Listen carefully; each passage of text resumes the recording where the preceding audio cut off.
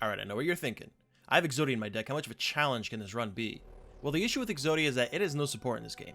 There are no search effects, there's no drawing cards, and Forbidden Memories came out in 1989 before the official card game even existed, so the idea of Exodia support like we have today wasn't even thought about.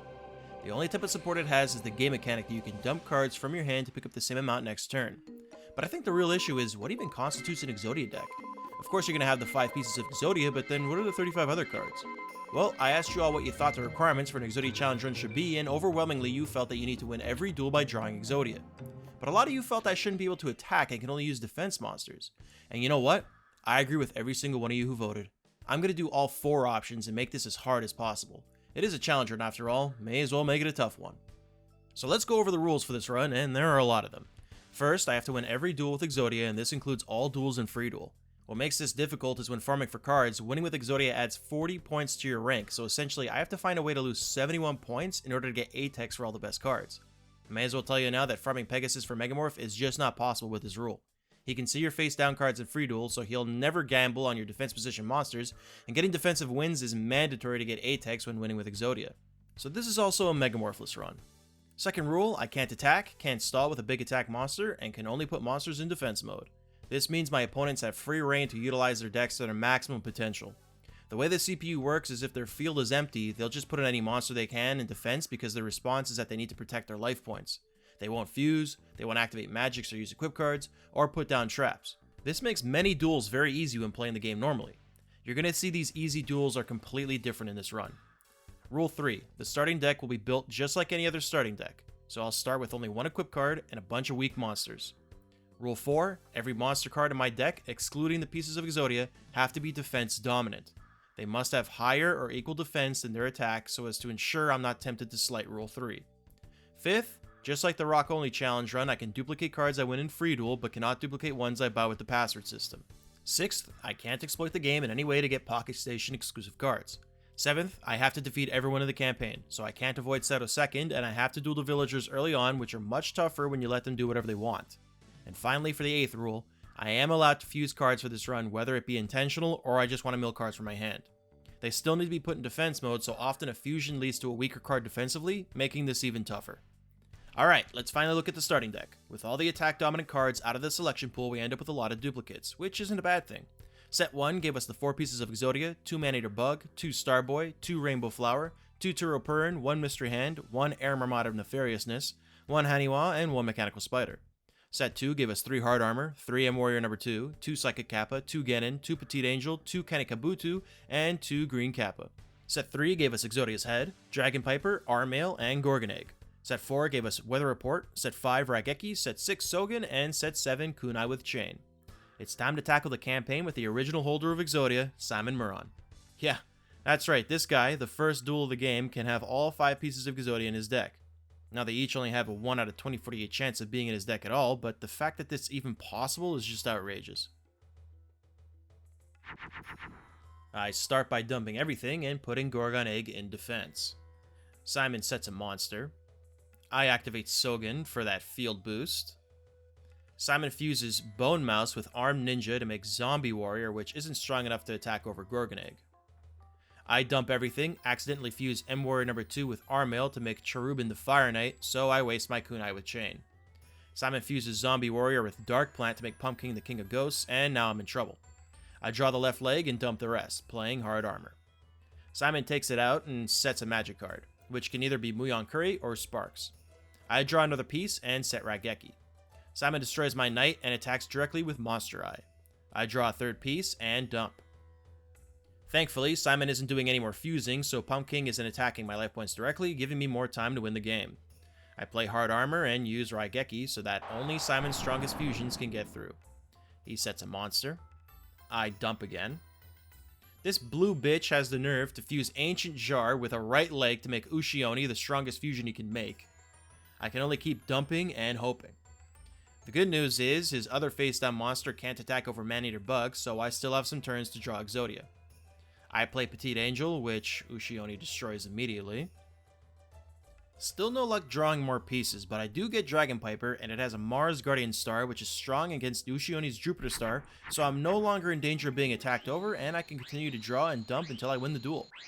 Now, since you can't normally get all 5 pieces of Exodia and losing to Exodia is pretty rare, I figure I'll show what happens in its entirety once, but after this, it'll be skipped.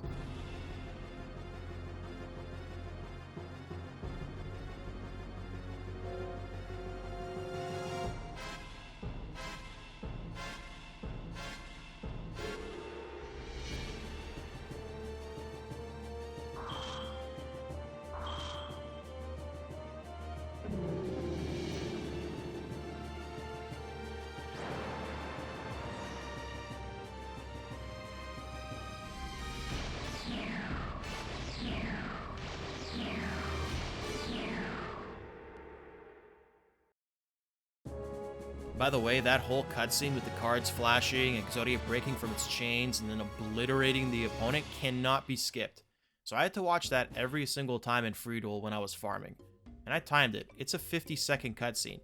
After this challenge, I don't want to see Exodia for a good long while. But back to the run. We defeated Simon and head straight to the duel grounds to take on Teana and the villagers. I immediately draw the left arm and dump the rest of my hand, putting hard armor in defense.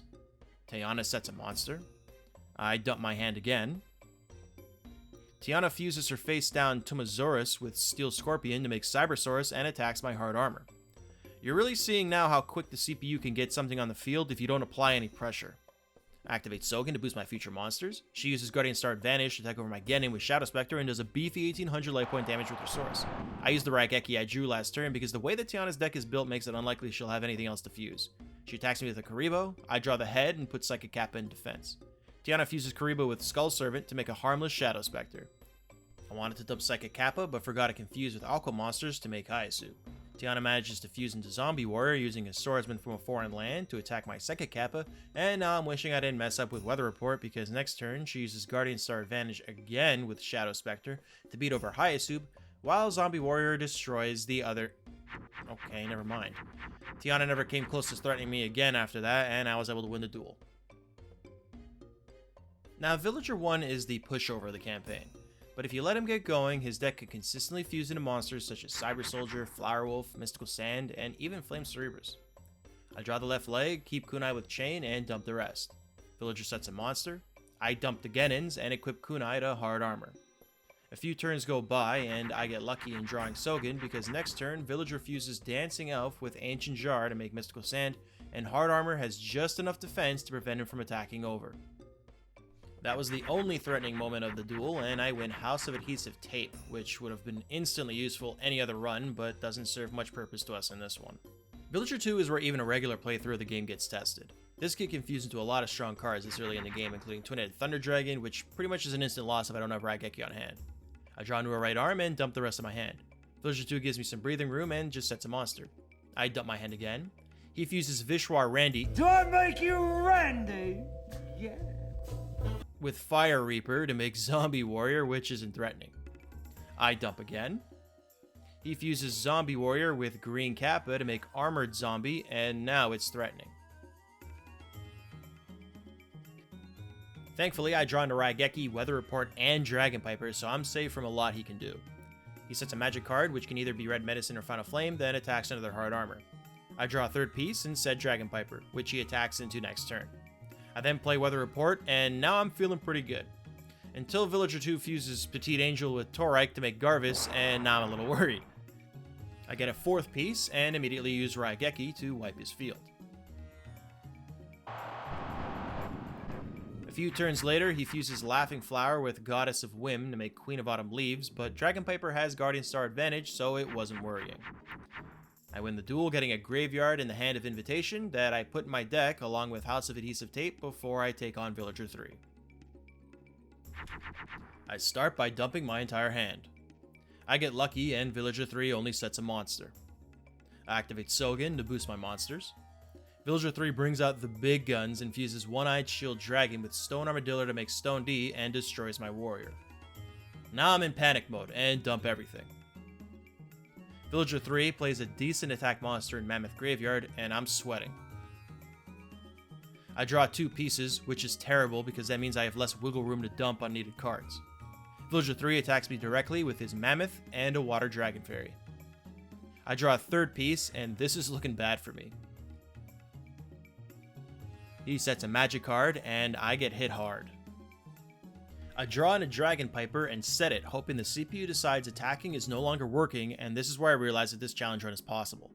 Villager 3 opts to not attack with Stone D, Mammoth Graveyard, and Water Dragon Fairy, and instead attacks into Dragon Piper with Spiked Snail, keeping me alive for another turn. What's happening here is there's essentially a difficulty slider for opponents that affects whether or not they decide to attack face-down monsters with each monster they control. Each duelist is put into one of 4 categories that determines the percent chance that this will happen. Villager 3 is in the 75% category, which means that every monster he has on the field has a 3 out of 4 chance to not attack a face-down monster. Which is great news for me, because he just fused his Stone D with Electric Snake to make Twin-Headed Thunder Dragon. He destroys my Armail and doesn't attack my face-down Kanekabuto. I set a Starboy, and Villager 3 chooses to only attack with his Mammoth Graveyard. I set Genin. He again only attacks with his Mammoth. I continue to be at the mercy of RNG, and it doesn't go well for me, but I scrape by with 100 life points remaining. I set to Repurin and pray. He fuses Spike Snail, Mystical Sheep number 2, and Larvis to make Mon Larvis, and doesn't attack at all. I set Haniwa, and it doesn't even feel like I'm playing the game anymore, just waiting to see if the CPU grants mercy on me or not. I draw a Kunai with Chain, and looks like my luck has ran out. Psych! Villager 3 didn't attack at all, and I draw Raigeki next turn to wipe his field and win the duel a few turns later!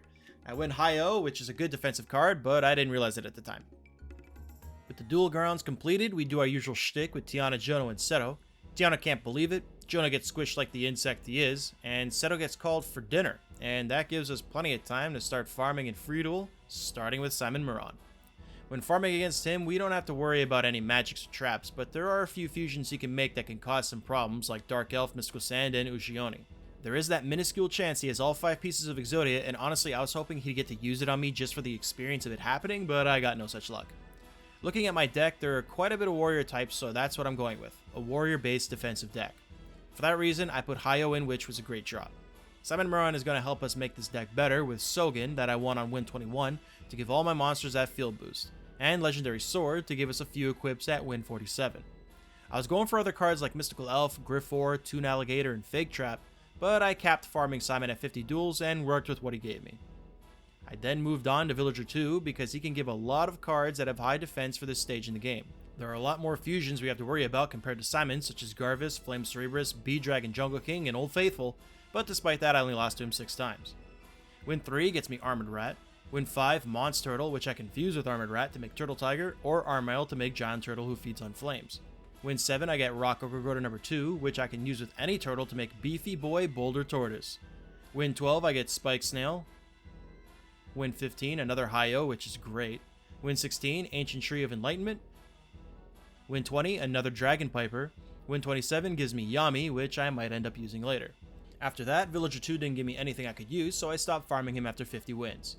Regardless of the unprofitable end there, the deck we have is looking pretty stall-worthy, so let's go back into the campaign and test it. Jono is one of the few duelists in the game with a consistent deck pool, meaning there is little variation to what he can have because there isn't a lot for the game to choose from. This makes him a pretty tough duel as he'll almost always have the fusion materials to make Queen of Autumn Leaves, Mystical Sand, and YuGiOh. He also only has a 25% chance to not attack your face-down monsters. I draw the left leg, dump the rest, and play Dragon Piper. Jono sets a monster. I draw Kunai with Chain and play Ancient Tree of Enlightenment. Jono fuses Dark Plant with Magician of Faith to make Queen of Autumn Leaves and destroys my tree.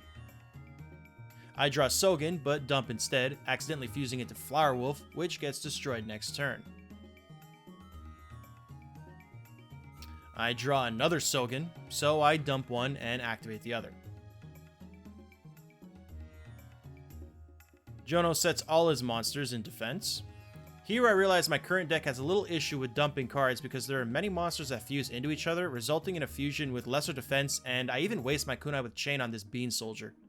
If I just had played YuGiOh with both equips, then this Mystical Sand Jono fuses next turn wouldn't be a threat. Thankfully, I draw M-Warrior number 2 with a Legendary Sword, and it has the Venus Guardian Star, which is strong against Mystical Sand's Mercury Star, so I'm safe. Mystical Elf takes out my Bean Soldier. I dump Sogen and fuse Armored Rat and Green Cap and make Tiger Axe, which immediately gets destroyed next turn. Got a third piece and set Raigeki just in case Jono pulls YuGiOh out of his ass, which he was very close to doing with that Mystic Lamp. Activate Raigeki, and a few turns later, I summon Exodia for the win. Now on to Seto. This is the first duel where magics can threaten us. Seto can have Spellbinding Circle to lower our monster's defenses, he has a high chance to have Dark Hole, and he can have every field magic to get rid of our Soaken Field bonus. He also has many high attack monsters and fusions that can get us sweating fast, and since I won't be stopping anything Seto does, he can even play Blackluster Soldier using his ritual card. I start by drawing the left arm and choose to only set Dragon Piper because if I try to dump, I'll end up with a lower defense Cherubin the Fire Knight. Seto immediately fuses Queen's Double and Mechanical Spider to make Cyber Soldier, then gets walled by Dragon Piper. I dump my hard armor, and that's it. Seto didn't threaten me the whole duel, which is very peculiar seeing how he has a couple mechanics to literally cheat. He came close, fusing Shadow Spectre, Arm Ninja, and Dark Plant to make Pumpkin the King of Ghosts, but nothing more. He ended up with 4 face-down magic cards on this field, and it's a good chance one of them was Dark Hole, but the CPU won't activate it if it has more monsters than you do, which was the case for this entire duel. Anyway, Seto was upset that he lost, so he tells his dad to beat up my dad. Papa tells me to run away, but being the rebellious little brat that I am, I refuse him long enough for Heishin to catch up. Heishin tells me not to move, which I already wasn't doing. Man, I hate when people tell you not to do something you're already not doing. Like, whatever. We duel, I get dumpster fire shit on, and my father transfers me to another school in the distant future. We're now at the Domino tournament, where I'm sure grinding is going to be a big part of getting through this. It's a good time to just say now that usually when I go into a challenge run, I have a complete step-by-step process on how I'm going to beat the game. But for this Exodia run, I didn't know what was going to work because it's such a different way to play the game and the opponents have all the opportunity to be at full strength that it was a completely new experience. Easy duels became toss-ups, and many times I was at the mercy of luck. So I had notes and ideas on how I wanted it to play out, but there are several moments where I had to scrap everything and figure out a new strategy. But back to the tournament. We're starting off with Rex Raptor, who despite being the designated dinosaur duelist is only worrying when he gets a small chance to make dragons. I draw a left leg and set Sogen. Rex fuses Man-Eating Plant, Fire Reaper, and Abyss Flower to make Pumpkin the King of Ghosts and attacks me directly. I set Arm Mail because his Mars Guardian Star gives him a boost against Pumpkin's Jupiter Star, and I activate Sogen so it can defend against anything else. With that play, the duel was won. Rex came close to getting over my defenses with Black Dragon Jungle King, but unfortunately for him, all he could do was watch me mill, which took forever because the head was the last card in the deck. On to Weevil Underwood, who can cause some trouble with his boost cards, Jurai Gumo, or fusing into Summon Skull. I draw Exodia's head, dump, and use Legendary Sword on hard armor. Weevil sets a monster. Activate Sogen, making hard armor 2200 defense, and now there's very little that Weevil can do. He fuses Dehuman with Yaiba Robo to make Cyber Soldier, which was the first of many fusions this duel.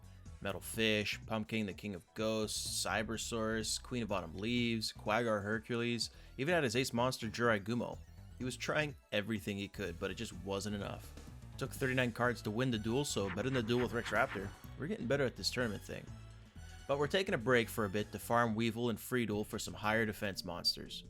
Win 9 gets me Turtle Tiger, so I don't have to fuse into it now. Win 14 gives Sleeping Lion, which is great at 1700 defense. Win 21 drops Protector of the Throne, which is not only a good defensive monster on its own, but I can fuse it with a beast type like Armored Rat or my new Sleeping Lion to make Knucklegal number 2. Win 49 I get Prevent Rat, my first 2000 defense wall. And to top it all off, win 50, I get the field magic card Forest, so I'm replacing the warrior-centric Sogen deck with a beast and forest deck. I also bought One-Eyed Shield Dragon because it's the last ritual material needed for Curse of Millennium Shield, the others being Armored and Prevent Rats. So with these upgrades, let's go back to the tournament and face off with Mai Valentine. Her deck has a lot of females and wing beasts, with a small chance to make some strong dragons. She also can have a lot of magic and equips, but this new deck can definitely handle it. I start by setting my new ritual card. Mai says I'm stupid for using star chips on a ritual card and dusts it away. I fuse Turtle Tiger with Dragon Piper to make Giant Turtle who feeds on flames. Mai sets a monster. I dump everything and put Sleeping Lion in defense. Mai uses Cyber Shield on her face-down Spirit of the Harp, which means nothing to us. And that was the trend for this entire duel. Mai did a whole lot of nothing. Despite using 2 Spellbinding Circles, she couldn't make anything strong enough to attack over Prevent Rat. So I drew 39 cards to get the last piece and won easily.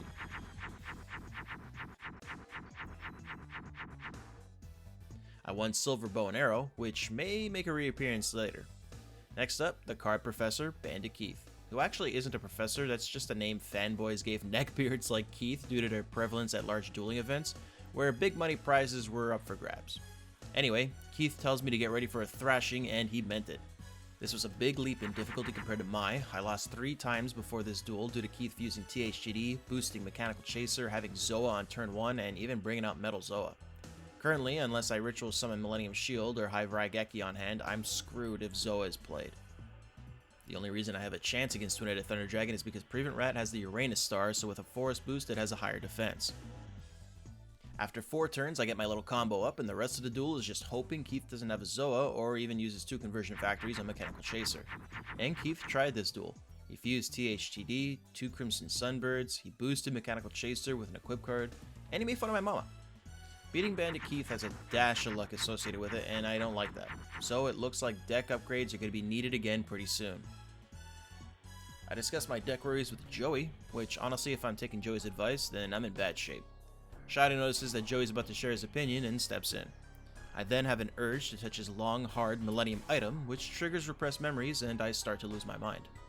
I begin talking to myself, and we both conclude that I need to call Child Services, so I give myself a number and snap out of it.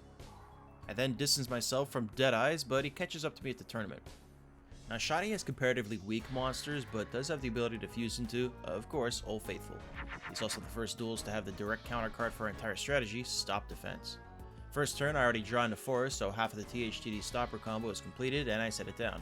Shadi fuses Abyss Flower with Eye Armor to make Bean Soldier and attacks me directly. I draw a piece and dump a few cards, making Turtle Tiger in the process. Shadi sets a monster and puts Bean Soldier in defense. I draw Prevent Rat, and now the combo is complete, so the only thing to worry about is Stop Defense, which thankfully he didn't play once this duel. He actually got within 50 life points of losing because he kept attacking my face down monsters, so I had to start playing them face up just so that wouldn't happen. Of course, the last piece is the 40th card. I'm starting to suspect that's a mechanic in the game, it's happening so frequently.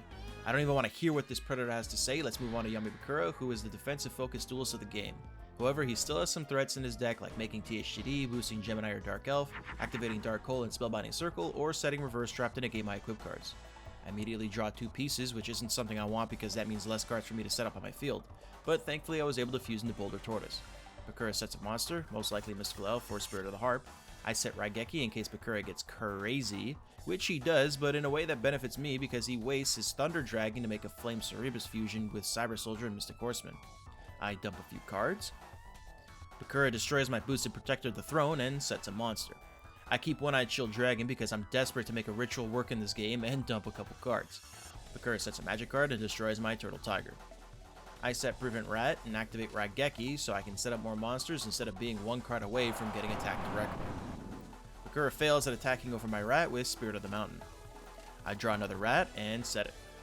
Bakura fuses Invader of the Throne, Fire Kraken, and Axe Raider to make Vermilion Sparrow, then attacks my rat again with Spirit of the Mountain. I draw Armored Rat, so all I need is Curse of Millennium Shield, and I might actually be able to pull the impossible. No! Drawing a 3rd piece of Exodia isn't great right now with an empty field, so I just set One-Eyed Shield Dragon because Bakura, like Villager 3, won't attack your face-down monsters 75% of the time. Bakura fuses O-Witch with Dome of the Angel of Silence to make Dark Witch, and my plan works. I draw a 4th piece, so now I don't have a lot of options to defend against anything Bakura throws at me, but the good news is I get lucky and Bakura doesn't make anything really threatening. Also, it only takes me 27 cards to get Exodia, so it wasn't a long duel. Alright, the party is over. Pegasus is next, and the difficulty spike takes a huge leap. He can see your face-down cards, so he'll always attack if he has something stronger. He has a very high chance to have Raigeki, Harpy's Feather Duster, and Bright Castle. Has decently high attack monsters, and an absurd chance to have Meteor Black Dragon, which is just an instant loss. I'm not going to sugarcoat it, I got my ass kicked. My second attempt, Pegasus used Raigeki 3 times. The deck we have was fun, but it's no longer viable. Also, rituals are useless and make you feel like an idiot for even trying to use them. So it's back to the drawing board. Since Yami Bakura is defensive focused, it only makes sense you get good defensive monsters from him, so that's who I'm going to farm. The new strategy is to get a bunch of females and spellcasters who can be boosted with similar equip cards in the Yami field that we got earlier from Villager 2. And hey look, I even got to use Curse of Millennium Shield and it was actually useful, stopping a Twin-Headed Thunder Dragon next turn. Anyway, Win 2 gives me Invisible Wire, so I have a trap to stop some attacks. Win 4 gives La Moon, so we're off to a good start.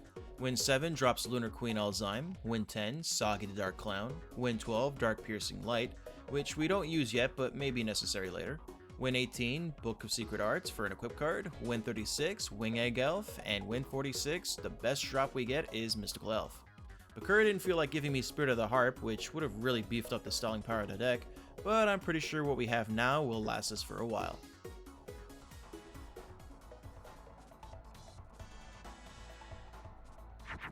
I dump a couple cards and put Sagi the Dark Clown in defense. Pegasus summons Bakura Box and attacks. 3 invisible wires and a Raigeki in hand isn't great, so I dump all the traps and put Dragon Piper in defense. Pegasus sets a magic card and attacks. I draw a Mystical Elf, and with its Sun Star it can prevent Bakura Box to attack with its Moon Star. Pegasus puts Bakura Box in defense and sets a monster. 2 pieces drawn, I decide to set Raigeki in case he gets anything stronger, but setting cards is a gamble as he can have Harpy's Feather Duster at any point. However, it's okay because the new deck is working. I managed to stop Bakura Box and was able to continue to boost the Mystical Elf with Silver Bow and Arrow and Book of Secret Arts. Now at the end of this duel, Pegasus does a couple odd things. He first activates Harpy's Feather Duster when I don't have any back row cards, which means all he has in his hand are magics and traps. The next turn he does a ridiculous move of putting Invisible Wire on top of Raigeki, wasting both. But why didn't he use Raigeki to destroy all my monsters? If he hadn't done that, he would have won easily. So what's happening? Well, the CPU determines whether or not to use a magic card based on certain conditions. Each condition is different for each card, and if they are met, then the card will be used. For the CPU to use Raigeki, there are 2 conditions. The first is that the CPU must lack field control, which means it doesn't have the strongest stat monster on the field. Since I have a Mystical Elf with 4500 defense, it beats his 2800 attack Bakura Box, so this condition is met. The second condition is that the player must have the same or more monsters than the CPU on the field. Since I have 4 monsters to his 5, the condition is not met and Pegasus won't activate Raigeki. This condition system is vital for an Exodia deck and must be abused to get through this game. 2 turns later, Exodia is summoned, duel is won, defeat can be better, and we move on to Ishizu. She has a chance to have Black Skull Dragon, Twin-Headed Thunder Dragon, a good chance for strong monsters that can be boosted by Umi, as well as Spellbinding Circle and Harpy's Feather Duster. Even has a good chance to use Turtle Oath since I can't do anything to stop her. Great start, getting 2 equip cards. I fuse La Moon and Prevent Rat to make Neku Gal number 2 and set it in defense. Ishizu gets her 8% chance to play Black Skull Dragon on turn 1 and destroys Neku Gal. I draw a second piece and Invisible Wire, which is absolutely terrible. Ishizu dusts my trap and attacks directly. The heart of the cards guide me to a Mystical Elf, which is just what I needed to stop Beaskull. A double boosted Mystical Elf is something Ishizu can't get over because she has no equip cards, something I'm very relieved about because she summons another Beaskull next turn. As long as no Spellbinding Circles get activated, then this duel has been won. Being able to stop 2 Beaskull Dragons is really promising for this strategy. I'm feeling pretty proud of myself for coming up with it. So if I can deal with BSD, surely I shouldn't have trouble with Blue Eyes White Dragon. Aside from Kaiba's ace monster, we need to worry about him having Stop Defense, Dark Hole, Crush Card, and Shadow Spell. But if we get through all that, we're in the clear.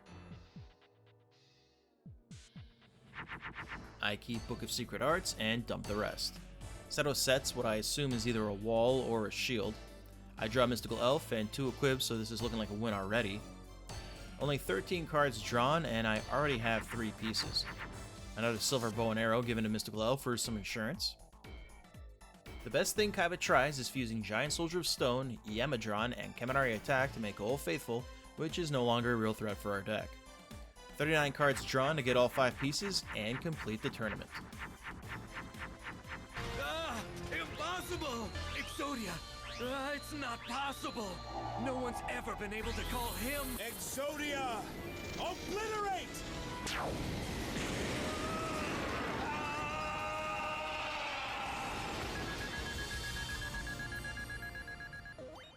Man, gotta love Season 1. Oh yeah, I was acquiring Millennium items during this tournament so I can get back home. Well, now that I've done that, I can get one more chat with Simon Muran about the new Exodia support based off his cards and wind up... Where the hell am I? Anyway, I make my way back to Metropolis to catch up with a couple old friends and have some friendly duels before I go save these hiding cowards from the mages.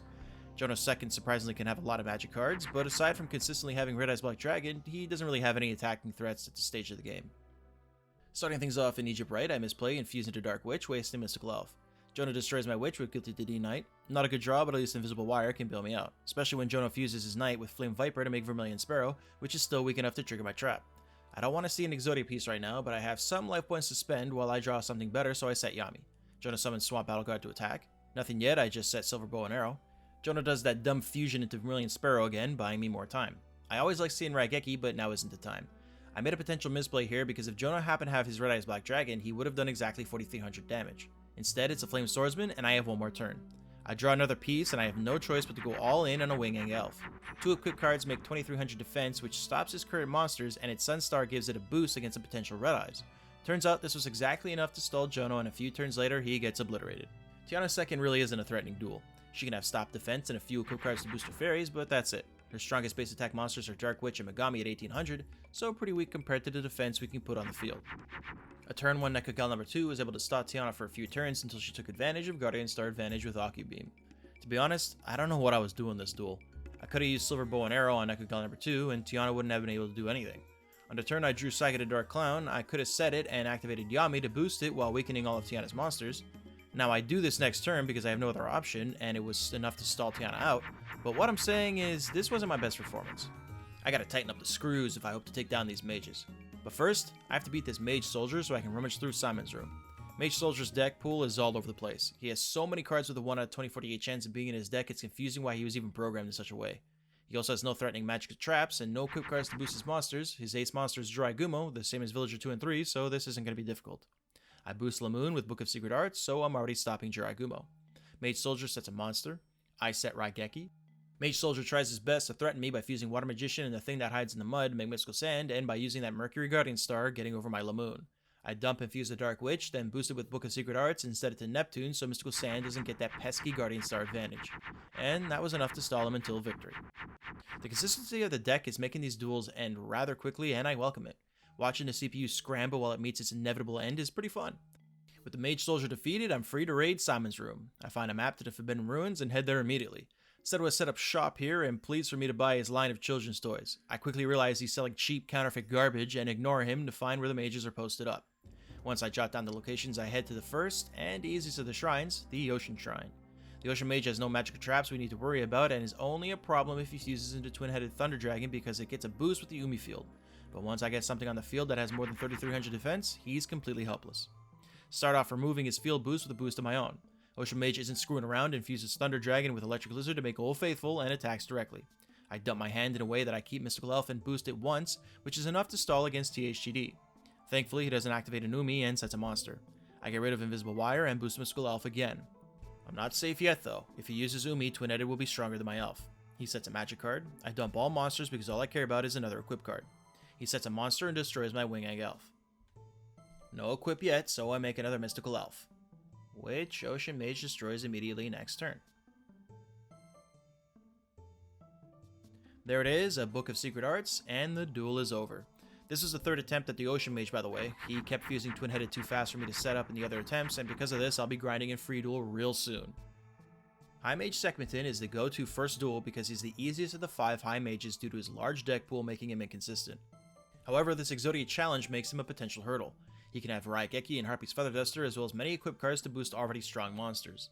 My hope is that he sets either his wall or shield to buy me time so I can get my own defensive monsters on the field.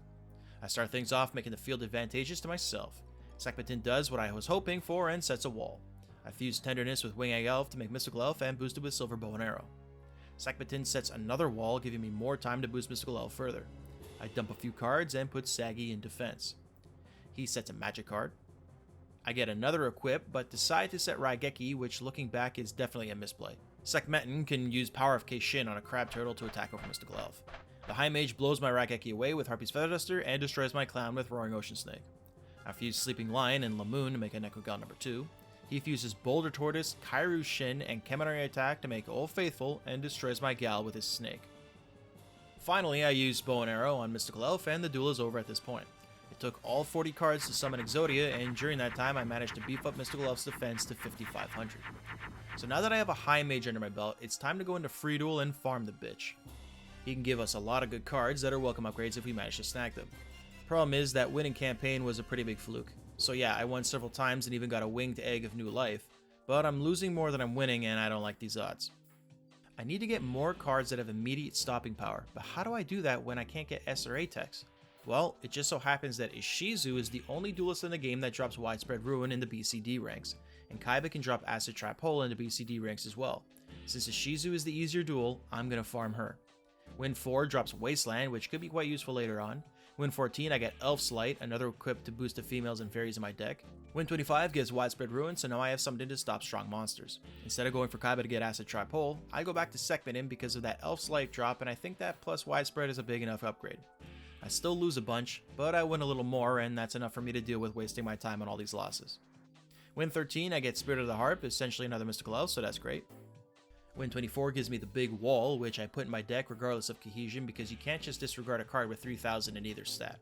Win 35 drops Aquamador that can use a few of the cards we already have in our deck, so it's a welcome addition.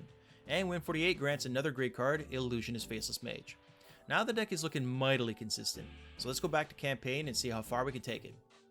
The Desert Mage is certainly easier than the Ocean Mage. His strongest cards are Mystical Sand, Brachioratus, and Great Math of Goldfine, with his other cards being more defensive focused. He doesn't have any magical traps that we need to worry about, so this is going to be easy. I start by setting my new beautiful Widespread Ruin. Desert Mage sets a trap card as well. I equip Book of Secret Arts to Illusionist Faceless Mage, and now the only monster that can attack over it is Great Mammoth of Goldfine with its Moonstar. He sets a monster. I boost Spirit of the Harp with Elf's Light and Silverbone Arrow, so now Desert Mage also needs a Mystical Sand with its Mercury Star, and since I have a Widespread Rune already set, there's no chance Desert Mage is getting through all this defense. He did attack with a Mammoth, but that was it. 3 pieces drawn at once, and the duel is won. High Mage Martis is actually much of the same duel. He does have a few more monsters that are strong without the Wasteland boost, but his strongest monsters still are Mystical Sand, Brachioratus, and Great Mammoth of Goldfine. 3 equips in Raigeki with no Exodia pieces? I'll take it. Martis attacks directly with Dark Magician. Another equip and no real monster to use them all, so I just set Wing-Egg Elf. The High Mage destroys it with Dark Magician and attacks directly with Summon Skull. Okay, 3000 life points left, I'm gonna need something soon. I really didn't want to see an Exodia piece. With no other choice, I set an Elf's Light and activate Raigeki. He fuses Crawling Dragon number 2 with Ghoul with an Appetite to make Skelgon and leaves me with 800 life points. I finally draw something to dump all these equip cards onto, and 3500 defense is too difficult for Martis to attack over, so the duel is over at this point. That was a pretty close call, but still being able to win means I have no reason to go back and farm yet. Let's go to the Mountain Shrine to catch up with our good buddy, the Mountain Mage. He can fuse Old Faithful a lot, he can fuse Crimson Sunbird a lot, and he has a high chance that stop defense is in his deck. Of the 5 Shrine Mages, he is definitely the most difficult. Turn 1 is a good start, equipping 2 Elf's Light to Spirit of the Harp, which Mountain Mage destroys with the Twin-Headed Thunder Dragon, and I couldn't recover from that point. He calls me an idiot again, I'm pissed, and I rematch him right away. Immediately drawing 2 pieces of Exodia is a bad sign, I use Yami and hope for the best. Mountain Mage sets the field to Mountain again, and you ever notice how changing the field to Yami is much shorter than any other field? Anyway, I don't have anything good in my hand, so I decide to play some trickery against the CPU, and after dumping the other cards, I leave Aquamador in attack because if the CPU has a monster in their hand that can destroy your strongest card on the field, it will not consider fusing, and since I don't want to see Twin-Headed Thunder Dragon at all, I can manipulate Mountain Mage to not actually fuse one. My plan works, and he plays a Crystal Dragon to take my Aquamador out. I dead draw, keep the equip, and put another Aquamador in defense. Unfortunately, the plan doesn't work for long, and Old Faithful comes out. Getting worried now, all I can do is set Wing-Egg Elf. Mountain Mage decides a 3300 attack monster is too weak to gamble on my face-down card and buys me a turn. I get the perfect draw and set that wall immediately. Unless he activates Stop Defense, this duel is finished. He may think I'm an idiot, but he's the one standing in a landing zone.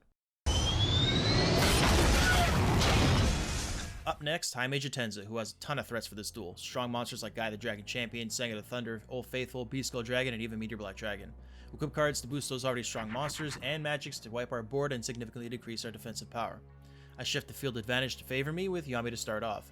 Atenza is not fucking around and uses Dragon Treasure on Beast Skull Dragon to get a ridiculous 3700 attack monster on the field. Good news is that Wing-Egg Elf can fuse into itself, and with 2 equipped boosts with a Guardian Star advantage, my Mystical Elf can stop Beast Skull from taking the rest of my life points. He sets a monster, I set Widespread Ruin, which couldn't have come at a better time because next turn Atenza boosts his Beast Skull Dragon again with another Dragon Treasure. And with that, I stopped the High Mage's best attempt at going over my defenses. He used a Shadow spell and boosted a Twin-Headed Thunder Dragon later on in the duel, but by then I drew more equip cards to boost my Mystical Elf further, so the only chance he had was playing Raigeki, which he didn't. While I was busy taking ass and kicking names, Teana got herself kidnapped, and because Jono is useless no matter what year it is, I have to go to the Vast Shrine to get her back. First roadblock to Teana is the Labyrinth Mage. His deck is actually quite bad for this stage in the game, but he has a few cards in his deck pool that if he ends up getting can beat you in a couple turns. Gate Guardian is by far his best card, and he also has Stop Defense and Reverse Trap to completely ruin our defensive plan. I set a Widespread Ruin, and Labyrinth Mage activates it with Suijin. Because he summoned Suijin, I was assuming that was his strongest monster, so Aquamador +1 equip boost would be enough to stop his next turn. I was wrong, and Lab Mage destroys my Aquamador with a Sang of the Thunder. I draw Spirit of the Harp to use the other equips in my hand to stop Sanga, and while I'm at it, I dump another Aquamador. Baldi sets a trap card and puts Sanga in defense. Drawing 4 monsters means it's time to put another widespread down, which ended up being the right play because Bald Mage activates Stop Defense and tries to destroy my Spirit of the Heart. Still haven't drawn an Exodia piece, so I dump my entire hand and put a Lab Wall in defense. The Mage has expended his offensive options and just sets a monster. I draw 2 more equips for Spirit of the Harp, and despite his trap card possibly being reverse trap, I take the chance because if it isn't, then the duel is pretty much over. The gamble pays off, and even if he draws Gate Guardian, it isn't enough to do anything against me. Right, left, right, and we make it to the end of the maze just in time to see Teana passed out from being force-fed GHB and surrounded by hungry fuckboys. We White Knight the situation, Heishin retreats, and we face Seto for the second time. He has several strong monsters and disruptive magic cards that can overwhelm us instantly. Even has 1 out of 2048 chances for Meteor B and B-Skull Dragons in case you're feeling unlucky. Can't really do much with this hand except dump. Seto summons Blue Eyes White Dragon to destroy my Spirit of the Harp, which is good considering what else he can play. My next hand is absolutely ridiculous, and with all these bows and arrows, the only threats left are Seto's magic cards. However, because of how the CPU determines whether or not to actually activate a magic card, I'm in a real danger of Seto using one, so I can just cruise to a win. Without giving too technical an explanation, it's similar to the suicide glitch I've gone into detail about before, where equip cards aren't taken into account when the CPU is making a decision, so we'd see a 3500 defense mystical elf while the CPU is seeing a 2000 defense weak monster. Seto is ecstatic that I'm abusing the mechanics of his feeble mind, and since I kinda get a high off of it, I go right back to beating on some mages. Heading to the Forest Shrine, the low mage here doesn't have much to get over our defenses. His strongest monster is Dry Gumo, and he can have reverse trap, but that's it. Starting things off, changing the field advantage, which the Forest Mage changes right back. I boost an Aquamador with Book of Secret Arts, and already there is very little Forest Mage can do. Predictably, he sets a monster. I set a Widespread Ruin. He sets a magic card, which can only be Swords of Revealing Light, Eradicating Aerosol, or another forest. I draw a Labyrinth Wall, and that's it. The Forest Mage has no more options to try and beat me. He's probably the easiest of the low mages, so no surprise this was a breeze. The high mage of the Forest Shrine, Anubisius, is a stark contrast to the low mage. Actually, the other challenge runs I've done so far have shown otherwise. Anubisius has been an easy duel in the past, it'll probably be the same this time. He can have 3 very strong monsters and a ton of equips to boost them, but doesn't have any magic cards we should be afraid of except maybe Harpy's Feather Duster destroying our Widespread Ruins. I get a fantastic starting hand, but if Anubisius plays perfectly Ultimate Great Moth turn 1, then I'm in serious trouble if I waste all the equips, so I just set Labyrinth Wall. The High Mage sets a magic card, I set Aquamador. Anubisius summons an imperfectly normal Great Moth and destroys my Aquamador. Seems like he doesn't have Pugum, so I feel comfortable just setting Illusionist Faceless Mage. He sets another magic card and puts Great Moth in defense, giving me more time to get something big on a field. Raigeki is a great draw to stop anything he can throw at me, hopefully he doesn't have Harpy's Feather Duster. Anubisius uses both face-down equip cards on Nukagal number 2, making her a beefy 3400 attack, but Anubisius is like Villager 3 and only has a 25% chance to attack your face-down monsters, so the odds are in favor of my monsters being safe, and that's exactly what happens. He destroys my Faceless Mage with his Neku. Back to waiting for another card. I see Spirit of the Harp, but when her Guardian Stars appear, I realize 3 equips plus her Mars Star is enough to stop PU Great Moth, so now I just have to hope he doesn't destroy her. To my relief, Anubisius decides to destroy only Labyrinth Wall, which gives me the opportunity to replace that harp with Akimbo Bows. I boost Spirit of the Harp one more time, and Anubisius reveals he indeed has a perfect Ultimate Great Moth. I just got lucky that he didn't hit that 32% chance to play it on turn 1. And that's the duel. We still haven't experienced a true struggle against this guy, which feels so weird because I had a horrible time against him when I was a kid. Anyway, we snag another Millennium item and venture straight to the last shrine on the list, the Meadow Shrine. Despite the Meadow Mage being the go-to duelist to farm for all the great cards, his deck is relatively weak. His strongest card is Judge Man, and he can have Stop Defense, but unless he starts using the cards he can drop in free duel, this will just be as easy as the Forest Mage. I boost Illusionist Faceless Mage with Book of Secret Arts, and that's game. Only thing Meadow Mage could have done was activate Stop Defense, but he didn't, so the entire duel consisted of me mindlessly dumping cards until I won. At this point, I'm kinda hoping High Mage Kepura puts up more of a challenge just so I can talk about the duel rather than speed through it. Kepura is considered to be the hardest of the High Mages solely because of the raw attack power of 2 of his cards, Black Skull Dragon and Gate Guardian. The latter getting a field boost, making it 4250 attack. He can also boost it further with Sword of Dark Destruction and has a couple other equip cards for the rest of the monsters in his deck. The one saving grace is that both of his powerhouse monsters are Moon Guardian Star, so the Sun Star on our Mystical Elf and Spirit of the Harp will be very useful. 4 monsters and 1 piece of Exodia, not the hand I'm looking for. I dump everything and hope Kepura does that. I set Widespread Ruin for some protection, which Kepura triggers with only a Gaia the Dragon Champion. I can boost Spirit of the Harp to 3000, but I'm worried that the only reason Kepura summoned Gaia the Dragon Champion is because it could use Guardian Star Advantage to take out Labyrinth Wall, so I hold off on using the equips. Unfortunately, I draw another piece of Exodia, so I don't have much choice now but to give a couple books for Mystical Elf to read. Kepura sets a trap card, which can only be Fake Trap or Invisible Wire for some reason. Seriously, why does he have such a weak trap card? Anyway, those books we gave Mystical Elf were training manuals on how to properly shoot a bow, so we gave her one of those. Kepura sets all his monsters in defense and never did anything worthy of note again.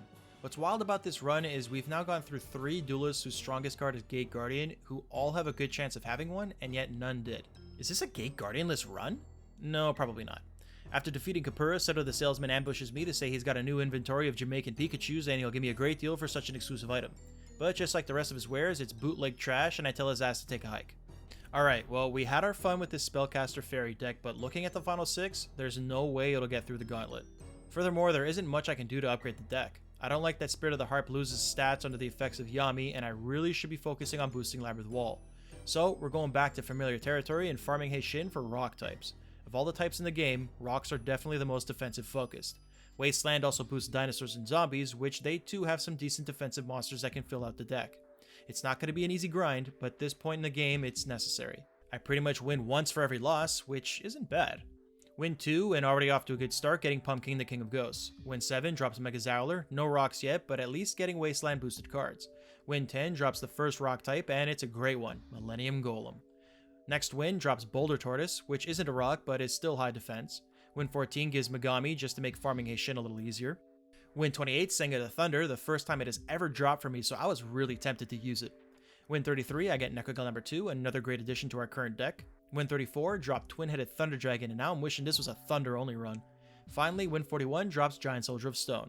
I didn't get Stone D, but that's okay, we can live without it. After Heishin, I then farmed Villager 1 for a while to get Fig Trap so I can A-Tech some of the other duelists for better cards. It only took 14 wins to get it to drop, and now I can go back to strengthening the new deck. Next on the list is Rex Raptor. He drops only one card that I'm interested in, Invigoration. He also has the best odds of dropping it at 36 out of 2048. So this may take a while. Ah shit, he decked out when I wasn't paying attention. Oh. Well, does this count? I mean, I was trying to beat him with Exodia, but he kept fusing from the hand, so that's not my fault, right? You know what? This counts. I'm adding a new rule that if I'm trying to beat an opponent with Exodia and they mill themselves out, the win counts. This still makes farming Pegasus for Atex impossible because I would be knowingly trying to deck him out instead of beating him with Exodia, but I get to keep this shiny Invigoration that Rex has graciously dropped in the first duel. The deck is still not ready, so I go back to Yami Bakura to get some equip cards from him at Atech. Win 53 drops Black Pendant, which I can use on several monsters, and Win 80 gives me Bray Castle, Megamorph's little brother. So here's the new deck. Nothing below 2000 defense, a lot of equips, and a trio of Wastelands. To get to the 40 card requirement, I buy Millennium Shield. Let's give this a shot. I've grinded a lot of hours for this moment and they are all about to pay off.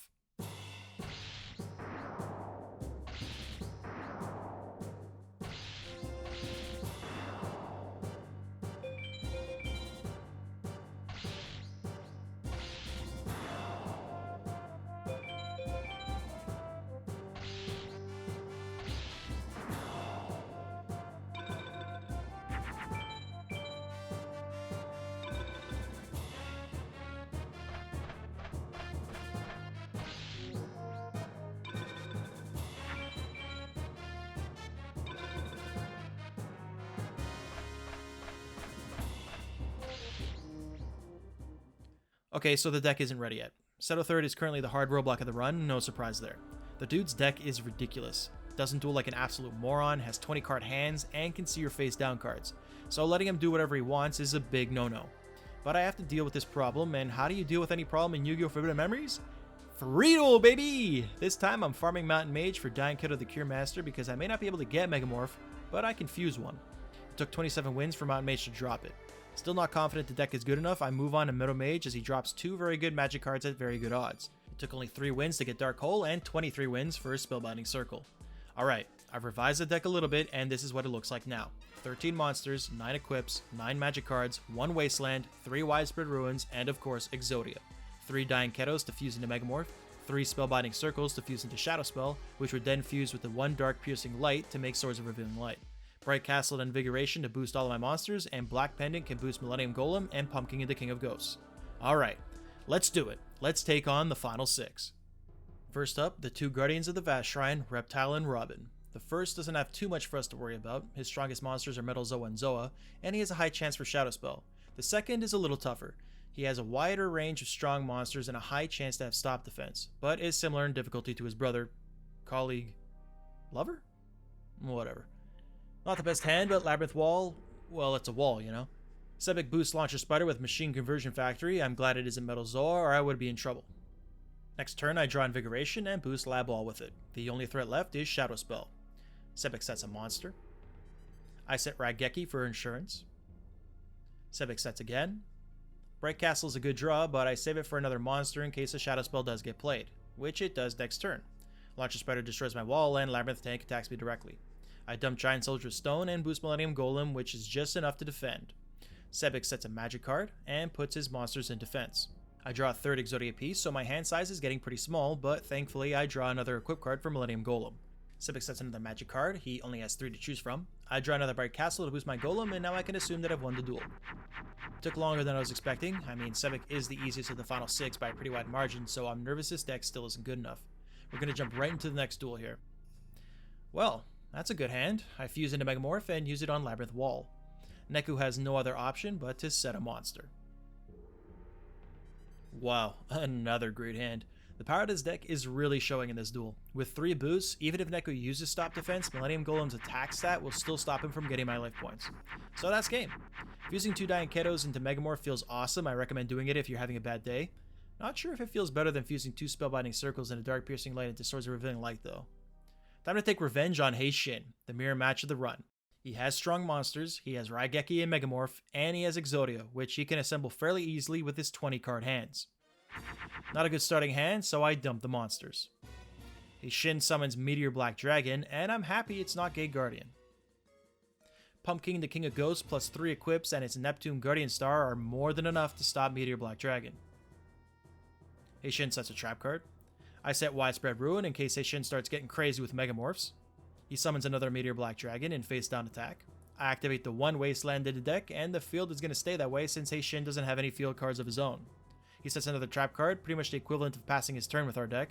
I boost Labyrinth Wall with an Invigoration to have a second monster on the field for insurance. A third pass turn for Heishin. I set a second Widespread Ruin. Heishin makes a move by equipping Megamorph to one of his Meteor Black Dragons and immediately triggers a Widespread Ruin with it. That turned out to be his best move for the whole duel. One more equip on Pumpkin secures my life points are safe. Kind of. Heishin has the cards to take me out, but because the CPU is programmed to look at the field in a specific way, he will never actually go for the kill. If you could activate that face-down Raigeki, I'd probably be screwed, and in fact, it's because the CPU does things like this that an Exodia challenge run is even possible. With Heishin defeated, we finally have all 7 Millennium... Alright, Seto swoops in out of nowhere and yoinks the Millennium Rod, so now we have to defeat this cherry-picking, sidelining bitch. Unfortunately, bitch is the farthest description of Seto III, as he plays the strongest monster in the game on turn 1 57% of the time, very often has more than one, has great supporting monsters, and the 3 best magic cards in the game. 20 card hands, X-ray vision, Seto has it all. I'm jealous. Decent start getting Widespread Ruin for that Blue Eyes Ultimate turn 1. Seto instead triggers it with Meteor Black Dragon. Since he played an MBD, I'm assuming that was his strongest monster, and a Labyrinth Wall plus 1 boost is enough to stall him. And it is, as he summons another Meteor Black Dragon. I don't know about you guys, but having a hand filled with magic cards in this game just feels good. It's like I have options rather than play big monster by fusing every turn. Anyway, Seto sets a trap card and destroys my wall with Beast Skull. I set another Widespread Ruin. Seto sets a magic card. I use 2 Bright Castles on Labyrinth Wall, making it 4500 defense, so now I'm safe from monster attacks. Several turns go by, and I find out I got real lucky this duel, as Seto not only has a Blue Eyes Ultimate Dragon in his deck, he actually has 2. So for him to have 2 and not draw either of them on turn 1 when he draws half his deck is... well, I do the math, but I suck at it. Now, normally after Seto is defeated, his life is threatened by Heishin, who makes a return from the Shadow Realm, but this time, all that is skipped and Darknite wakes up wondering who just got obliterated. Unfortunately for me, Darknite was not playing around. He doesn't have the strongest monsters, but that ends up being a big problem because the AI is now more inclined to use all the magic cards Darknite has in his deck. Stop Defense, Shadow Spell, Raigeki, Crush Card, Harpy's Feather Duster, Megamorph, Tremendous Fire, he used them all. This duel was really pissing me off because I wasn't expecting it to be harder than Seto III, and every time I lost I had to go through the gauntlet all over again and basically pray that Seto wasn't going to turn 1 Blue Eyes Ultimate me like he so often does. I lost 8 times in a row against Darknite, and I only ever got to duel him once every 4 tries through the final 6 because Heishin or Seto would pull our usual bullshit and end the duel before I could attempt to set up. The duel you're about to watch is the culmination of 161 total duels since I started trying to beat the final 6. I never would have predicted Darknite is this challenging to beat with an Exodia deck, but it turns out his weaker monsters are what makes him so insufferably good at eliminating my defenses.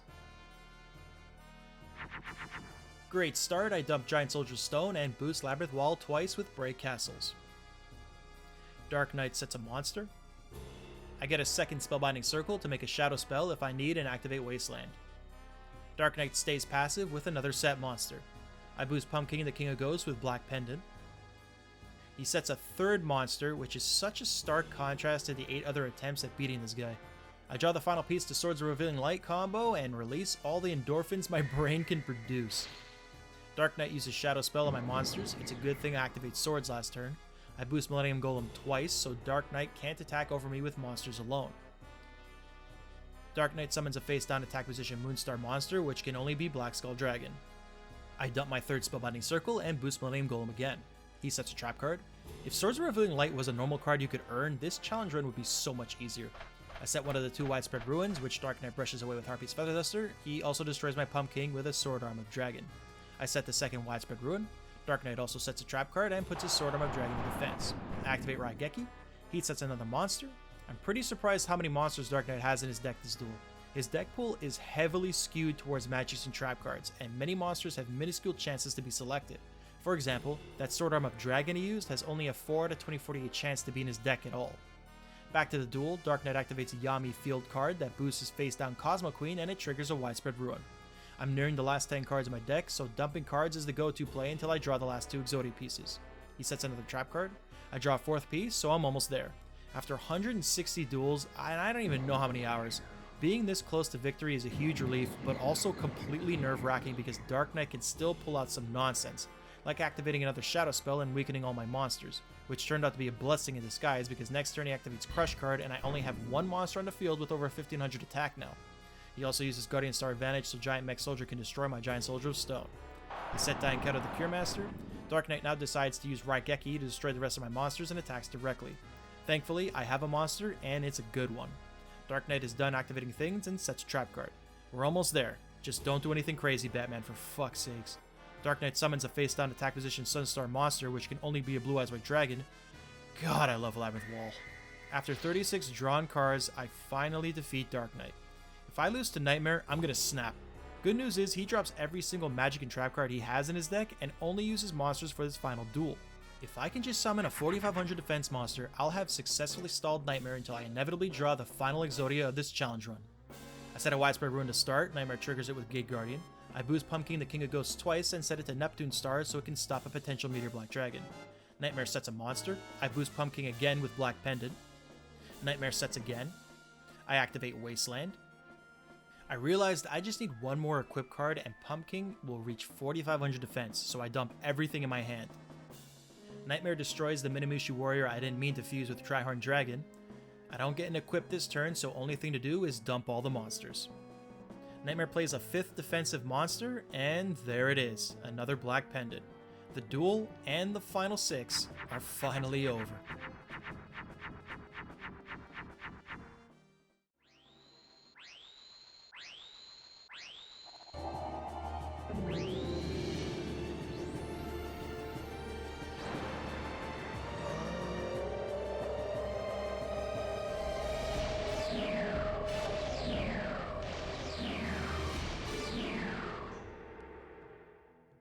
What a grueling final 6. I'm incredibly relieved it only took 1 try to beat Nitemare. Oddly anticlimactic when I think about it. Seto 3rd and Darknite were such difficult duels and Nitemare was just brain dead brute force.